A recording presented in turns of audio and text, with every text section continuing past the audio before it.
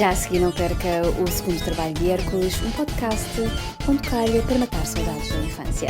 Sérgio e Duarte.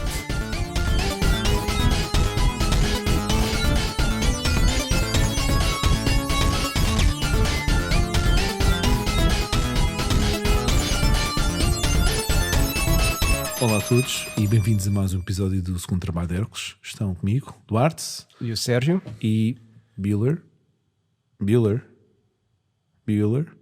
E com esta saída vocês já vão saber que vamos falar de hoje sobre um dos grandes filmes da nossa geração, que é o Ferris Bueller's Day Off, ou em português, O Rei dos Gaceteiros. Um filme do nosso amado John Hughes. 1986, escrito e realizado por John Hughes. Exatamente. O John Hughes escreveu muitos filmes, mas este temos a sorte de ser simultaneamente realizado e escrito por ele. Sim, a gente tem que fazer uma seguinte. Hoje a gente está aqui a beijar. Sempre falamos de John Hughes, temos que brindar. Por isso, John Hughes. John Hughes. Sim, o John Hughes é mesmo dos meus... Mesmo... John Hughes. Bolas. Ele é mesmo dos meus realizadores favoritos. O meu também.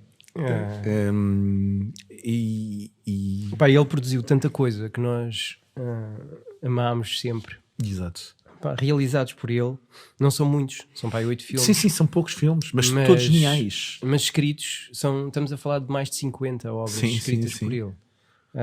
Porque as coisas que nós todos conhecemos, como 16 Primaveras, 16 Candles, o The Breakfast Club, que em português se chamava O Clube só. O Clube, Weird Science, que em português se chamava Que Loucura de Mulher. Pois é. Tinha tudo a ver, não é? O Rei dos Gaceteiros, que vamos tratar hoje. O Planes, Trains and Automobiles, que é o Antes Só Que Mal Acompanhado, como era aqui vendido nos videoclubes. Exatamente. E que eu adoro, um dos meus filmes favoritos, é o She's Having a Baby. Ok. Que é A Vida Não Pode Esperar, que era como era vendido aqui em Portugal. Que é um filme com o Kevin Bacon. Exato. Sim. Está-me a faltar o Baldwin, o Alec Baldwin. Exato. Gosto imenso desse filme. Eu só comecei a gostar. Sabes que tenho a opinião sobre esse filme, porque ainda não. Ou seja, daqueles poucos filmes que eu tenho poucas referências e poucas recordações dele. Claro que todos os outros têm algumas recordações das idas aos clubes de vídeo, sobretudo esse Antes Só Que Mal Acompanhado. Não é? Como é que é antes? Como é que é o Antes Só Que Mal Acompanhado? Antes Só Que Mal Acompanhado era um dos filmes que era com o John Candy. Eu lembro muito bem de ver essa cassete de vídeo nos clubes de vídeo. E com o Martin. Exatamente, o Steve Martin.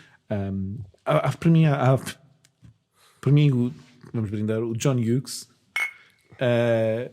foi sempre aquele realizador que não há um filme que não me toque. Eu vou beber, perguntei. Não fales com a caneca na boca. É daqueles filmes que ele faz aqueles filmes que tocam. Tu sabes perfeitamente que eu tenho uma grande paixão pelo Breakfast Club, pelo o clube. Eu acho que aquele filme foi acho que foi das primeiras vezes que tive aquela paixoneta com alguma personagem, e era a Chibi. Eu tive assim, aquela paixão. Se calhar toda aquela meu gosto pelas góticas ou por figuras mais sempre surgiu um bocadinho à volta da Chibi. Mas para mim o Ferris Bueller foi sempre o filme, porque tanto o Breakfast Club como o Ferris Bueller eu não sinto que seja um filme, porque tu parece que entras numa viagem e tu estás ali ao lado, é como se fosse o companheiro silencioso daquela história, não é? Acontece isso no clube, não é? Que tu estás sempre naquele espaço onde eles estão a ser aquela biblioteca, e tu parece que podes estar ali sentado atrás e és o tipo silencioso e que estás a ver o que está ali a passar à volta e que acompanhas as aventuras. E o Ferris Bueller é a mesma situação, e eu tenho uma mega paixão pelo Ferris Bueller por várias razões, e depois vão saber porquê. Eu acho que mesmo assim vale a pena, porque eu acho que o John Hughes não é um nome universalmente conhecido, e há muita gente que vai ouvir o programa que não faz ideia de quem é o John Hughes. Eu vou brindar outra vez. Já se disse uma data de vezes. Eu vou saber. Mas o John Hughes esteve lá na nossa vida toda, porque ele é o autor do Home Alone. Do Home Alone, exatamente. Sem ele não havia nenhum Home Alone. Ele escreveu os primeiros 3 filmes. Ele é o pai do Beethoven, aquele filme Beethoven, com o cão. Com o cão. Ele é o pai não do personagem, mas do filme Dennis the Menace. Exato. O Mr. Mom com o Keaton, é o Michael Keaton. Exatamente. Os filmes de paródia de férias, os filmes da National Lampoon's Vacation, do de Natal, e o Pretty in Pink, que não foi ele que realizou, mas que foi ele que escreveu. Se nós formos ver filme a filme, ele dominou a nossa infância, a nossa completamente, sim, ele esteve sempre presente, diretamente e indiretamente, não é? Ou seja, diretamente como realizador ou indiretamente como escritor. E se dúvidas houvesse, de facto, o Home Alone, pronto, te explica para toda a gente que possa apanhar este podcast, por acaso. Vai saber de quem é que estamos a falar. Exato. Mas hoje o episódio vai ser centrado no Ferris Bueller. E a primeira pergunta que eu te faço é muito simples, porque nós falamos sempre isso à volta dos filmes, é: qual foi o teu primeiro contato? Se tu ainda te recordas do teu primeiro contato com o Ferris Bueller? Lembro-me, foi antes de conhecer, numa noite em que a RTP transmite o Rei dos Gaceteiros, que foi a única maneira como eu o conheci. Eu não posso garantir se vi o filme todo ou não. Lembro-me que quando estava na sala com o meu avô, achei uma grande paródia, o Rei dos Gaceteiros. O que é que quer dizer os Gaceteiros? O meu avô explicar que era o tipo que falta às aulas e faz gazeta. Sim. E eu fui apanhado por essa parte muito ingênua, e depois o filme para uma criança é extremamente aborrecido. Sim, é bastante aborrecido, é verdade. E eu não me lembro de ter achado grande piada, a não ser ao carro. Lembro-me, para mim a primeira memória é assim um bocado aquela saída quando eles vão em direção a Chicago. Exato. E isso foi a única coisa que ficou do Ferris Bueller, do Rei dos Gaceteiros. Até nós termos nos juntado já com 10 anos no externato e depois por aí a entrar na adolescência. Exato. Eu acho que isso, até aí não tem eu acho que relação. O filme bate mais quando estás numa pré-adolescência ou a entrar na adolescência. É engraçado essa referência que tu estás-me a dar do teu avô, porque há uma história para mim que eu acho que nunca contei, que tem à volta desse, está em torno dessa história, que é eu lembro-me perfeitamente, melhor, eu não me lembro da primeira abordagem que eu fiz do Ferris Bueller, mas lembro-me daquilo que eu possa chamar a minha primeira referência recordada. Ou seja, já tinha visto antes, não sei se vi com 5, 6, 7 ou 8 anos, ou no clube de vídeo, ou se foi na televisão, não tenho qualquer referência, mas tenho a referência de quando eu na televisão e éramos colegas. E porquê que eu sei disto? Porque a palavra gaceteiro é uma palavra que faz-me recordar um dia na escola, no externato, que deu na televisão, deve ter sido provavelmente numa quarta-feira, na famosa lotação esgotada que dava à quarta-feira, e eu estava-te a dizer que ia começar a ver o filme do Rei dos Gaceteiros. E tu falaste qualquer coisa e referes a expressão gaceteiro, porque eu não fazia a mínima ideia do que é que eu sabia que era uma gazeta, mas gaceteiro. E tu fazes-me essa explicação que tu acabaste de me dar agora, do teu avô, dás-me exatamente a mesma explicação a mim. E é engraçado que eu não vi o filme, ou seja, o que eu fico foi tipo, vai dar o filme dos Gaceteiros, ou deu ontem o filme do Rei dos Gaceteiros, e estava a achar piada a noção do nome de ser um rei e uma pessoa e qualquer coisa assim parecida, e tu explicas-me isso, e eu lembro no fim de semana seguinte, eu pedi ao meu pai para ir ao clube vídeo e alugar o Rei dos Gaceteiros. E lembro de ter visto o filme e um bocado com essa lógica de o filme é giro, mas sabes, tipo, ok, o gajo falta às aulas, mas o que é que o torna o rei dos gaceteiros? Não é? Onde é que está aqui a coroação, não é? E só muito mais tarde é que esse filme vai-me tocar numa pré-adolescência. Normalmente, eu acho que é fácil de explicar. O que faria traduzir o título por Rei dos Gaceteiros é que normalmente costuma-se dizer que este filme é o filme gêmeo do 16 Candles, 16 Primaveras. E que enquanto 16 Primaveras é o dia em que tudo corre mal, exato, ou os personagens em quem tudo corre mal na escola, exatamente, na vida escolar, é a miúda que nem a própria família se lembra que ela faz anos. Exatamente. Ela perde a sua Sweet 16 party, tudo naquele dia tem para dar para o torto. O Ferris Bueller é o oposto. A medalha, o reverso da medalha, mais solar, mais otimista, em que nada corre mal. Nada corre mal, exato. Em que se tu te imaginasses no teu melhor, no mais ideal, no mais perfeito que tu podias ter vivido a tua vida escolar, exato, tu serias o o Ferris Bueller. Exato. Tu consegues pôr toda a escola toda a torcer por ti, a defender a tua história para faltares às aulas. Até à esquadra da polícia. Exatamente. Yeah. Tu consegues programar todas as máquinas desde o intercomunicador de casa até à máquina de atender telefones de casa da namorada ou de casa do amigo do Cameron. Tudo se concretiza. O não cruzares com o teu pai no carro, olhares e conseguires baixar-te, chegares a casa a horas. É verdade, um filme jupiteriano em que os audazes safam-se sempre. Completamente. E por isso, eu acho que é esse sentido que traz a expressão Rei dos Gasteiros. Ok. Epá, eu adoro, como sabes, adoro esse filme. Nós depois revimos depois da nossa adolescência esse filme bastantes vezes. Chegámos a chegar a ver uma das sessões do Cinepop ali no antigo Cinema Roma, que é o atual Fórum Roma, não é? Sim.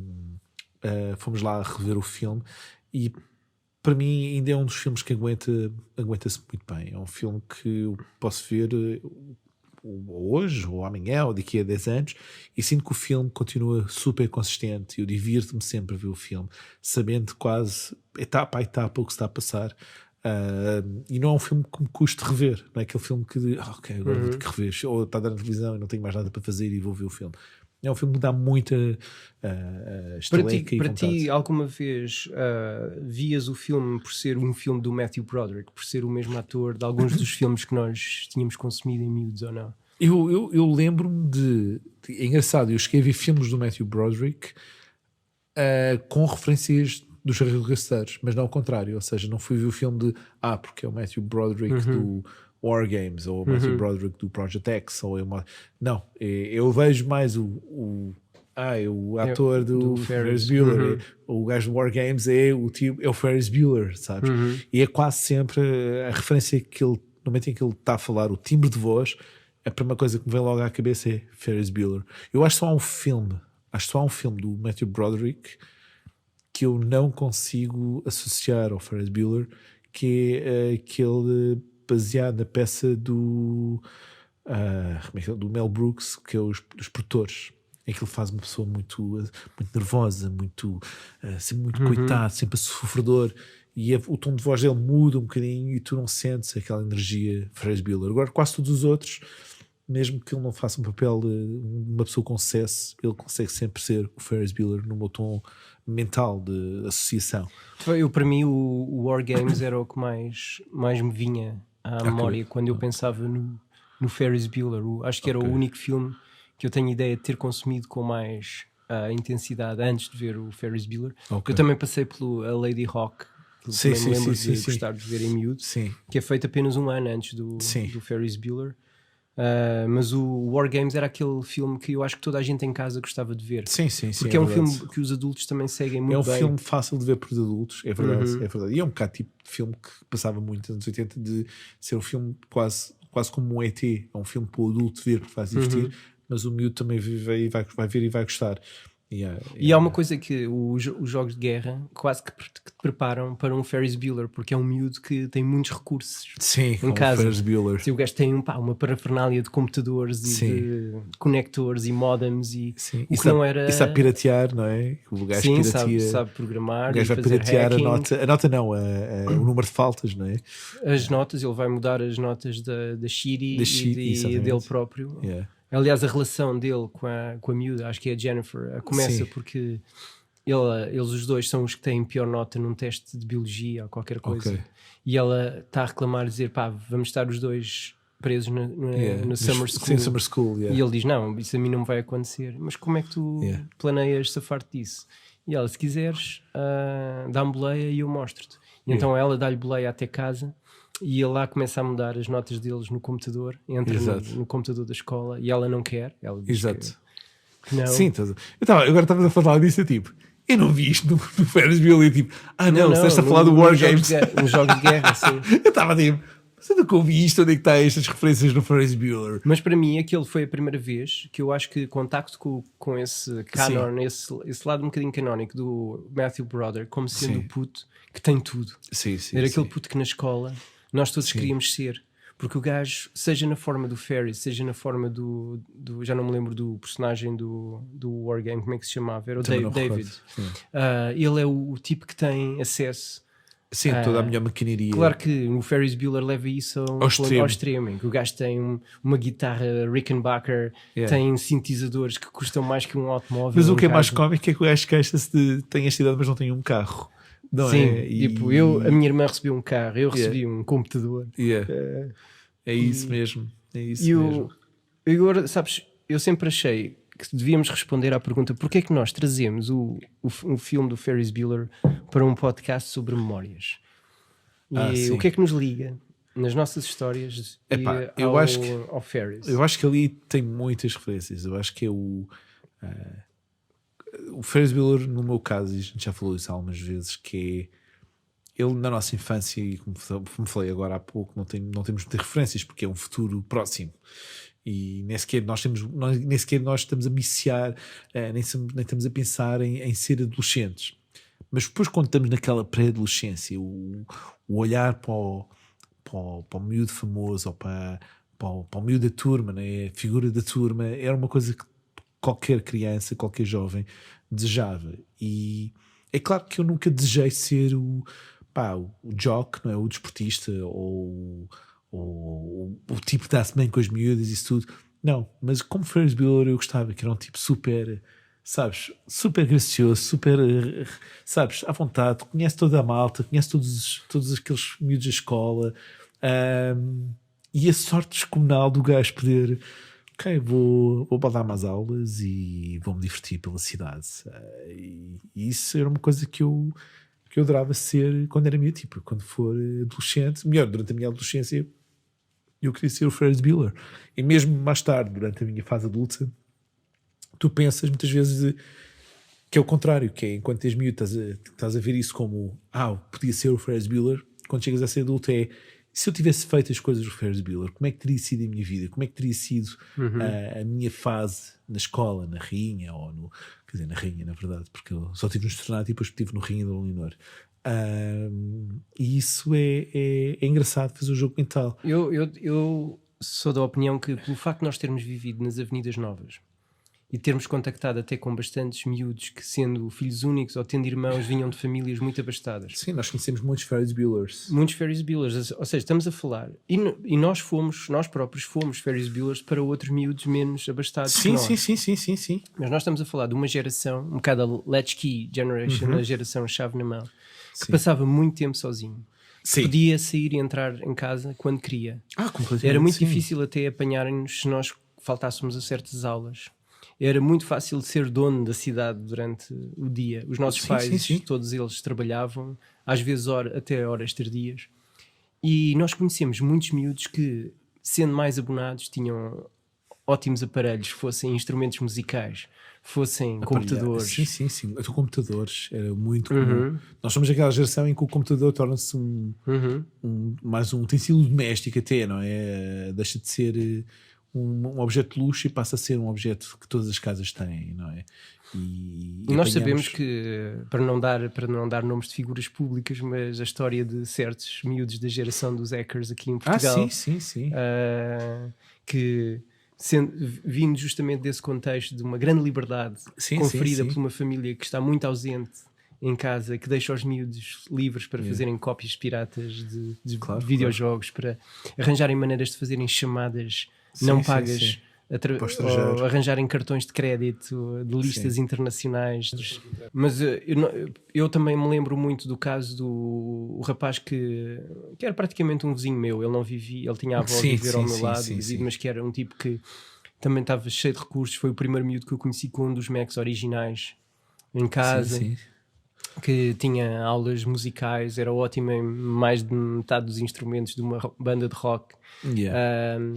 E depois digo, nós próprios, para outros miúdos, nós próprios fomos vistos como os miúdos que têm os brinquedos todos, ou que já têm o PC, ou que já têm impressora e que já podem fazer aquilo. Eu era o Ferris Bueller da pré-adolescência, com os brinquedos todos. Aquele Duarte tem os brinquedos todos, pá.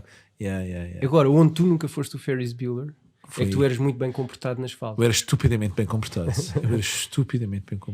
Para as pessoas perceberem, eu cheguei a ganhar um título de melhor aluno daquele ano na escola, não é? E eu era muito bem comportado. Kibi. Não, eu não sei como é que eram as tuas avaliações, mas as avaliações é muito inteligente, sabe fazer as coisas todas, mas é muito conversador. E eu passava muito tempo nas aulas a conversar.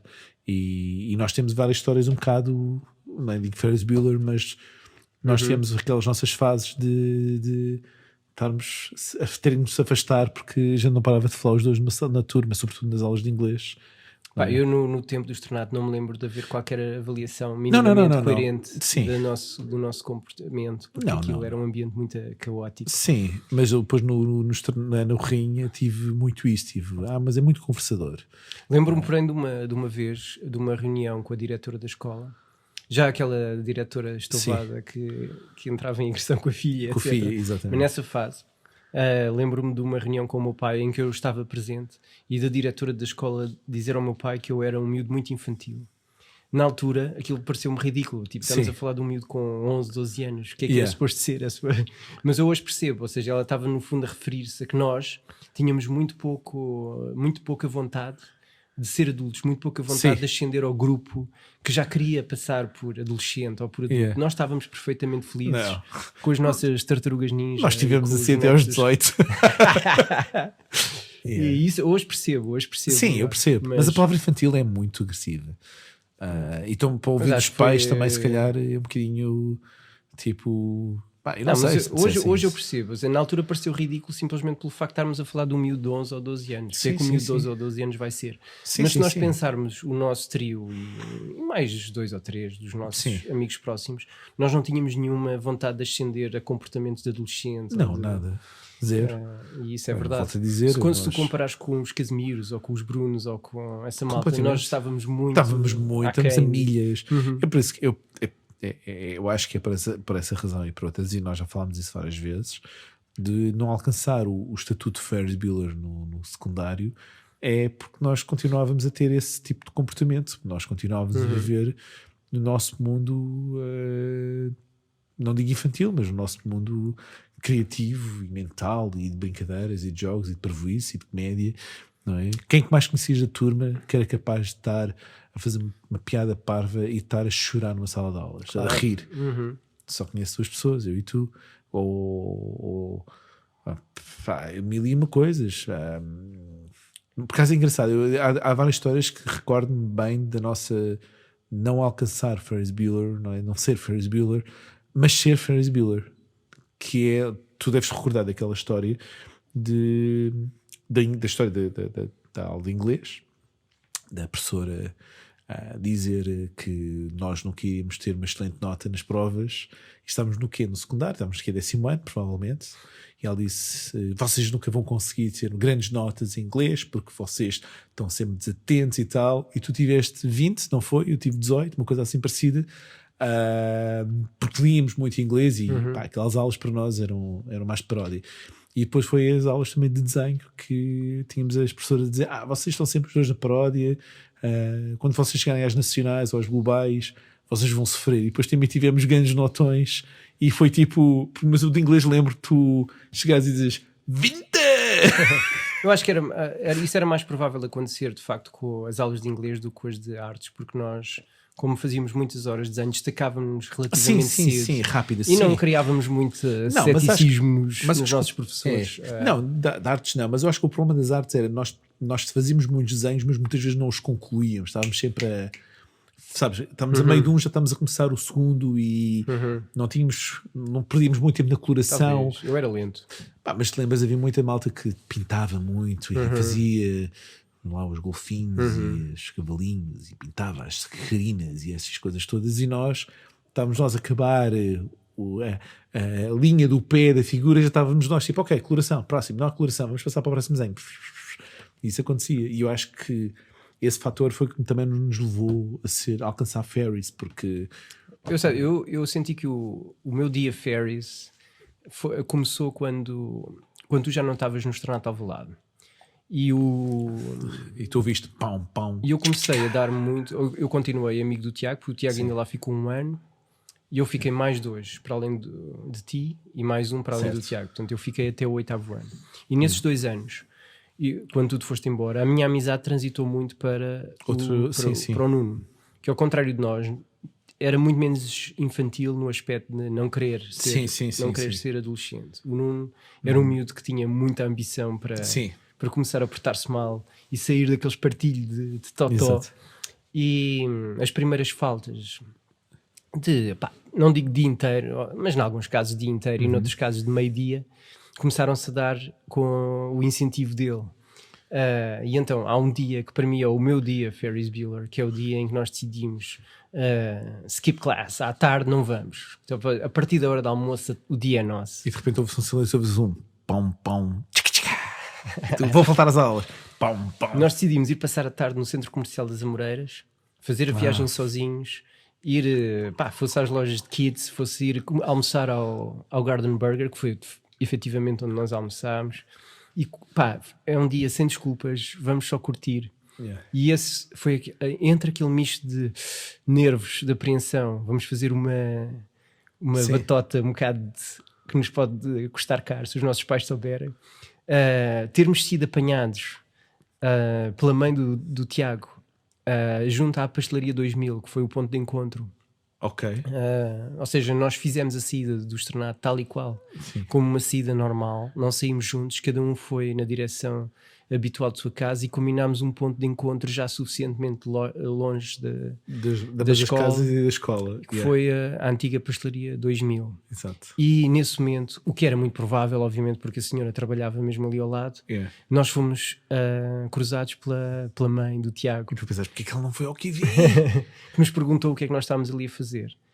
E nós devemos ter dado uma peta qualquer, dizer que íamos ter um furo na tarde, ou que não ia haver uma aula qualquer, mas não mentimos quanto ao destino. Dissemos mesmo que íamos até ao Centro Comercial das Amoreiras, o que a deixou muito chocada, porque mas tenham cuidado, e porque ela era muito mangalinha e tal, mas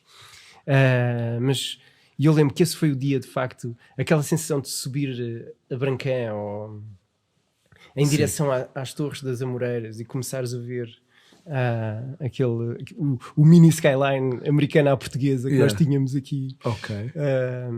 Depois de irmos comer os hambúrgueres ao Garden Burger, de irmos passear pelas lojas de kits e de modelismo das Amoreiras, escolher os Ferraris e os carros que nós queríamos para montar, fazer uma compra inteiramente livre, inteiramente a nosso gosto. Não houve Gulbenkian nem nada do género, ver o seu Raz e coisas assim do género. Não foi assim não tão perfeito. Não foi um jogo de beisebol nem nada. Não foi assim tão perfeito. Não foi Ferris Bueller. Mas foi de facto a primeira vez que houve assim uma espécie de hoje estamos livres, ninguém manda em nós e nós vamos desobedecer às regras.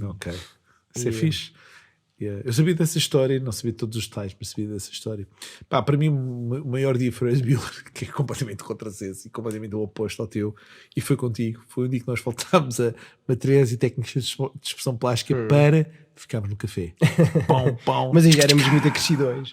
Eu lembro que a professora nunca chateava-se connosco, porque nós éramos os únicos que apresentávamos com o diário gráfico, tipo, é preciso fazer 10 desenhos. Não, nós temos 20. É preciso fazer isto, nós já fizemos. E havia aquela de eles vão para o café, também vão estar a desenhar, estar aqui. Qual é? Acho que ninguém lhe disse também. Ela também não se importou. Acho que ela também se importou, porque a gente não recebeu falta nem nada do género. Por isso foi o meu dia Ferris Bueller, foi estar no café contigo. Olha a loucura. O que nós nunca tivemos foi um carro desportivo. Acho que o máximo que eu e o Nuno conseguimos já mais tarde foi quando ele tira a carta e começamos a usar um Mini Cooper. Mas aí pronto, já não com o mesmo encanto de sermos miúdos a quebrar as regras. Mas aquele Ferrari, o Ferrari era fantástico. GT California de 1961 continua a ser um dos meus carros, um dos meus Ferraris favoritos.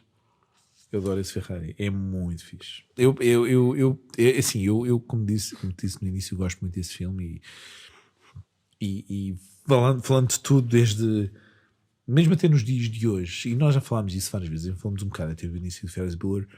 O Ferris Bueller tem o melhor quarto de toda a história dos anos 80. não há nenhum quarto. Não é o quarto Macaulay Culkin do Sozinho em Casa, não é o quarto. Deixa-me só aqui tentar referir histórias do Trick or Treat, também tem lá Wi-Fi, não é. Não é o quarto dos miúdos dos Goonies, nada. O melhor quarto de todos os filmes dos anos 80 é do Ferris Bueller. Desde a aparelhagem, desde aos troféus, os desde amplificadores, a guitarra, os sintetizadores, as colunas, os equalizadores caríssimos da Carver, o tamanho do quarto também, os pósteres das bandas do rock britânico, exatamente, do underground, as várias televisões, que ele tinha pelo menos 2. Eu acho que aquelas bandas, nós quando começou a ver o Ferris Bueller, não fazíamos a Cabaret, Voltaire, The Damned, todas aquelas bandas góticas. E a própria série melhor, estamos a falar do filme da Ferris Bueller, tem uma excelente banda sonora. Sim, como todos os filmes como do todos os John filmes, Hughes. todos. Mas esse tem ali 4 ou 5 músicas que tu continuas a ter em loop. Mesmo e que é engraçado, agora eu revi o filme há pouco tempo, como tu sabes, e mesmo até ainda hoje o Ferris Bueller tem algumas músicas que eu faço automaticamente na minha cabeça. Uma delas é o pão pão tchica tchica, que é outra, o Love Missile F111 dos Sig Sig Sputnik. Exato. Tem o Oh Yeah dos Yellow, mais uma banda do electropop britânico. E depois tens eu adoro aquela quando eles vão para Chicago, Bit City. Apesar que tu ias dizer o carro alegórico, Flower Pot Man. Apesar que ias falar do carro alegórico, eu adoro a música Beatles, não é? Antes, não, aquela do sim, o Dankeschön, Wayne Newton. Sim. Eu às vezes estou com essa música na cabeça e fico imenso tempo. E depois logo a seguir os Beatles com o Twist and Shout. E também depois aquela parte, e mesmo até a parte final, quantas vezes é que tu estás com pressa e não estás o claro. E ainda hoje, de vez em quando, estou com pressa e estou com essa música na cabeça. Quem? Eu adoro essa música. Também encanta-me sempre aquela música mais melancólica que eu não sabia o título, no museu. O Please, Please, Please Let Me Get What I Want The Dream Academy. Essa música faz a cena toda. Eu adoro a cena do museu e aquela toda a abordagem. Tens aquela parte um bocadinho composta, né? Quando estão os três a ver o quadro. Sim. Depois tens Cameron com o Sorrá, com a criança do Sorrá, não é? Fica obcecado com a criança do Sorrá. E eu adoro esse filme. E é uma coisa engraçada que não sei se sabes essa história. Essa história, ou seja, para mim, o que o John Hughes fez foi o que o Scorsese fez em Nova York. Só que não vi nada em Chicago. E o Scorsese e o John Hughes faz uma carta de amor a Chicago no filme. Tu vais ao estádio dos Cubs, não é? Dos Chicago Cubs, vais ao museu. Não é o Shea, é os Cubs, não é? Os de... Sim, mas como é que se chama? O estádio tem um nome também. Pois é, Ridley Stadium, acho que é, sim. Tens Wrigley, exatamente. Tens essa cena, tens a própria cidade, tens a parte toda das festas da cidade, que aquilo tinha a ver com uma festa de origem. O que na altura era o edifício, o arranha-céus mais alto exatamente, nos Estados Unidos. Exatamente, visitei esse arranha-céus. Todo o filme. Se olhares para essa cena do arranha-céus, há lá uns tipos que têm uns chapéus. Não sei se olhares, há uns tipos, estão a ver, estão 2 tipos mais velhos a olhar para o outro lado e têm um chapéu, que é um daqueles clubes de fraternidade. Uns Mormon, não é bem uns Mormon, é um clube daqueles fraternidade de pessoas que se encontram todas, tipo como há a confraria do bacalhau, uma coisa cá em Portugal, mas nos Estados Unidos sabes aqueles tipos que usam os fezes ou isso, mas tinham os barretes. Que eu não sei muito bem qual é a história, mas sei que estão lá 2 representantes nessa ida lá. E aquilo é fantástico. Eu continuo a adorar aquele filme. É uma carta de amor para mim ao Chicago, mas sobretudo é uma carta de amor ao final dos anos 80. Tu olhas para aquilo, todos os carros, toda a roupa, toda a música, a vida da escola, porque já não é aquele anos 80 um bocado exagerado, como tu tens no 16 Candles, não é? Que tens o Ducky, que tu está naquela fase punk rock, com que sabes tudo muito. Isso é no Pretty in Pink. Desculpa, tens razão. Pois é, quem é o miúdo do Six Candles? Mas também é o gajo que faz daqui, não é? O do Sixteen Candles é o Totó, o geek é o Anthony Michael Hall, aquele miúdo louro do Weird Science. Do Weird Science o Fecholas, o Mike Baker é um ator que eu não sei o nome. Não faço ideia do nome do gajo. Não há mas era tipo um bonitaço moreno. E na escola é engraçado, tu olhas para aqueles miúdos todos da escola, são todos miúdos normais, não há nada de exageros. Sim, o exagero está noutro sítio. O exagero está noutro sítio, está no Ferris Bueller está em todas as qualidades. A preparar-se, fato e gravata, para fingir que é o pai ou o tio da. Está no diretor da escola. Está no diretor da escola. Pá, que merece uma menção. Eu acho adoro.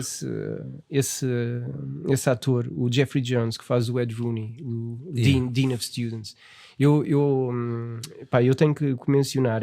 Fica uma dica para quem ouvir e quiser ver. Há um filme também com o Matthew Broderick chamado Out on a Limb, de 1992, que em português é Os Malvados Dólares. Esse filme tem o que para mim é a melhor prestação do Jeffrey Jones.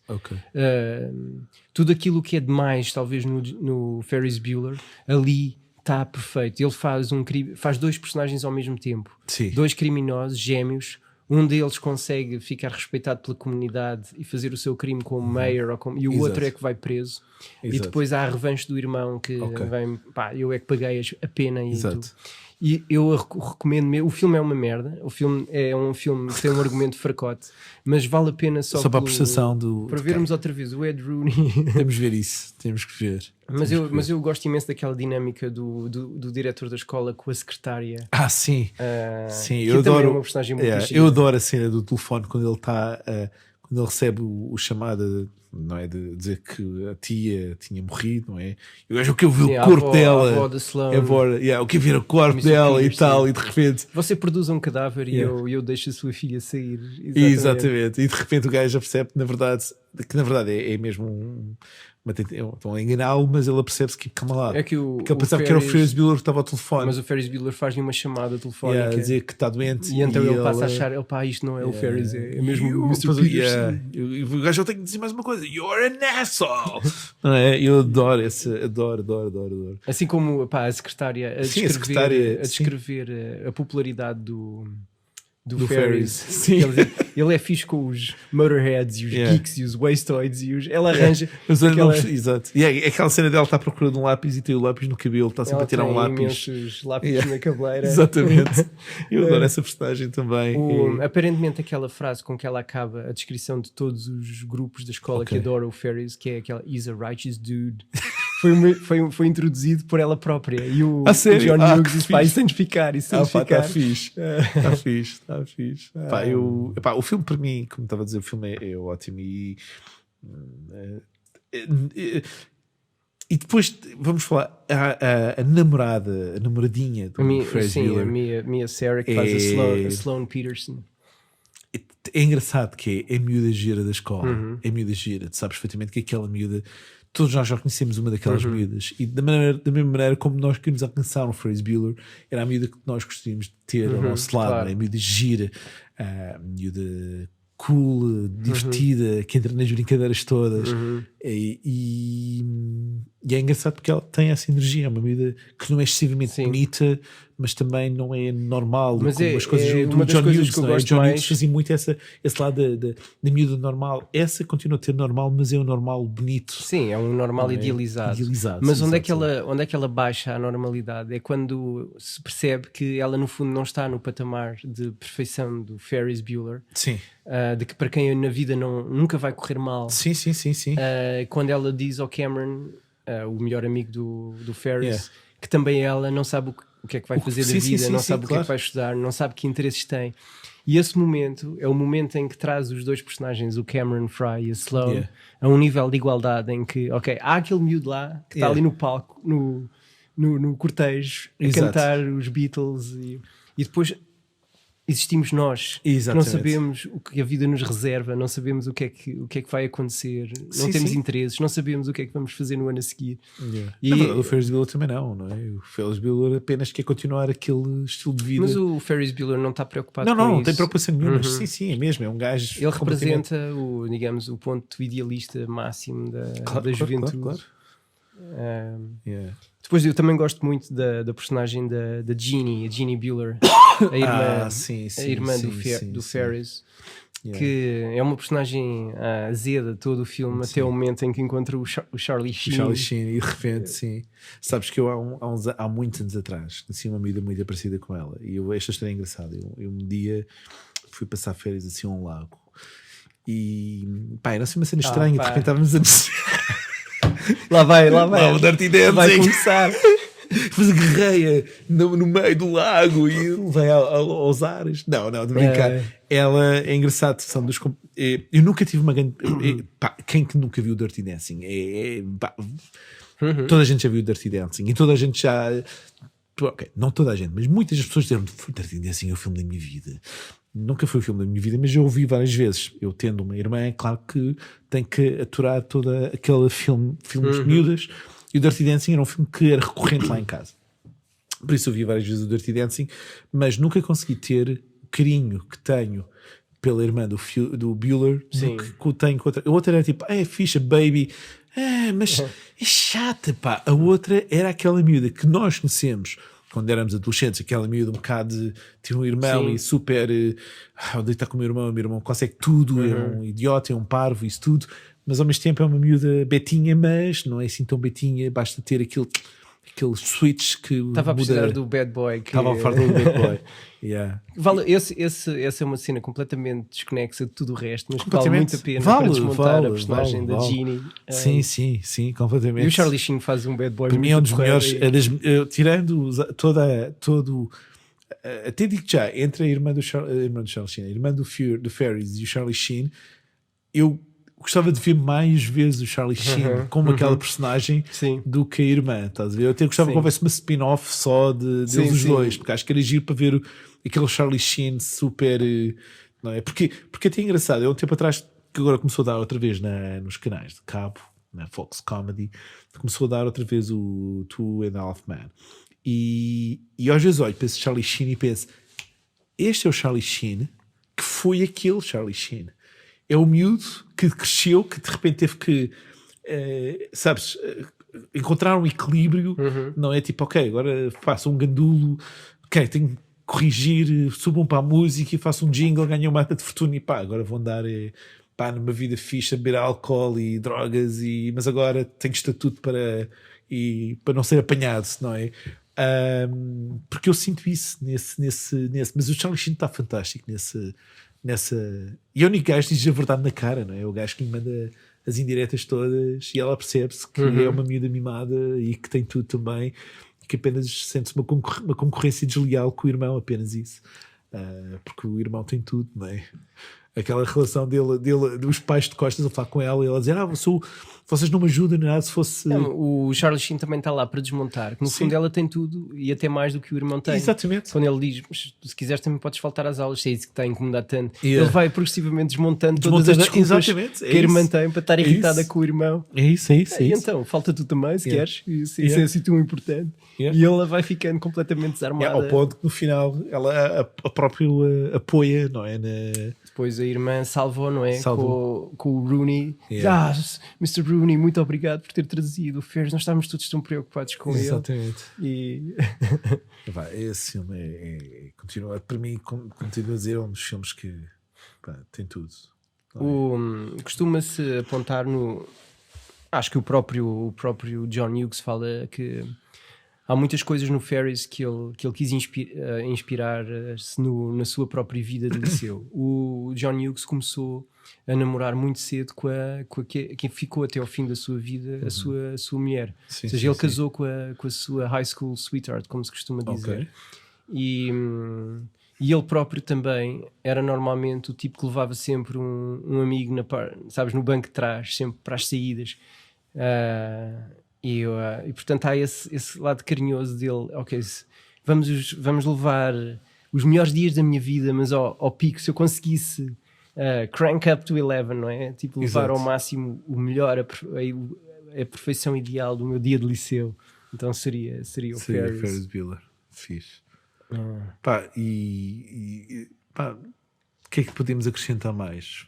John Hughes foi um dos realizadores nessa época. Nós vamos falar mais do John Hughes. Vamos voltar ao John Hughes. Acho até que poderíamos dedicar um dia um episódio. Eu acho que sim.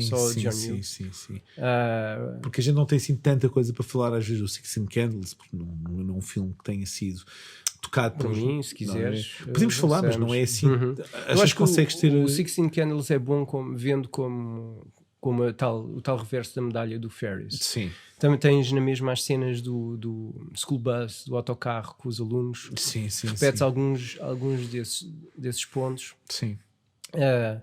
Uma das coisas muito giras no Sixteen Candles é de facto a personagem do Anthony Michael Hall. Sim. Também faz um dos miúdos do Breakfast Club e do Weird Science. E que eu acho que deve ter sido o ator com quem o John Hughes mais gostou. Tirando a Molly, sim, com a Molly e ele são os mais recorrentes e os mais referidos. Sim.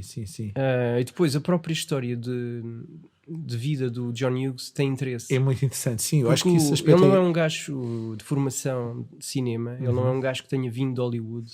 Ele é um tipo que fez uma carreira corporate como um tipo do marketing, como idea man, numa empresa muito semelhante ao personagem do Griswold. Sim, do Vacation. Exatamente, do paródia de férias, ou paródia de verão, não é? Sim, na realidade. O National Lampoon. Aquelas cenas que nós temos no Christmas Vacation do Griswold na empresa, super entediado, à espera de um bónus, do cheque de Natal que nunca chega, ou quando chega também não vale nada. Sim, não é. Toda a gente a oferecer a mesma prenda ao diretor da empresa.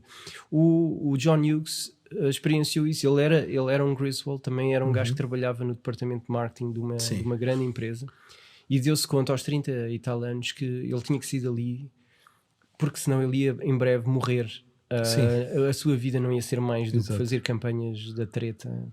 E então ele colaborava ocasionalmente com a National Lampoon, a revista de comédia, que é uma revista que nós aqui não a consumíamos, mas se nós formos ver a quantidade de ilustradores e de cartunistas e de malta da comédia que passou pela National Lampoon, o Neil Adams, que nós adoramos das histórias do Batman e do Superman e do Green Lantern, o Gahan Wilson, o Von Baudet, um dos mestres do... O Conan O'Brien também esteve na National Lampoon. Acho que ele antes tipo ao Saturday Night Live teve naquela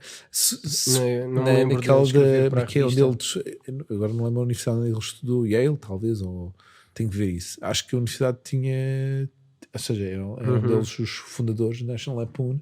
A National Lampoon começa a sair em 1969, a revista, e acaba em 1998. Por lá passaram o Edward Gorey, por exemplo, o Frank Frazetta, e depois nas produções de teatro e de rádio, o John Belushi, o Chevy Chase, o Bill Murray, o Harold Ramis. Aquilo foi uma escola para muitos dos comediantes. E o John Hughes escrevia contos para a National Lampoon.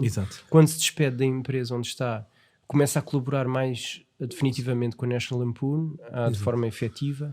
Depois ele é convidado para começar a escrever filmes como o Vacation para a National Lampoon, e aí ele começa a perceber que quer ter mais controle criativo, porque ele gostava de escrever os guiões, mas depois sentia que os filmes não saíam como o guião, não saíam com a visão que ele tinha tido. E então ele começa a exigir aos estúdios começarem a dar-lhe papel de realizador. E essa é uma das razões pelas quais o Breakfast Club surge como um filme contido numa única sala.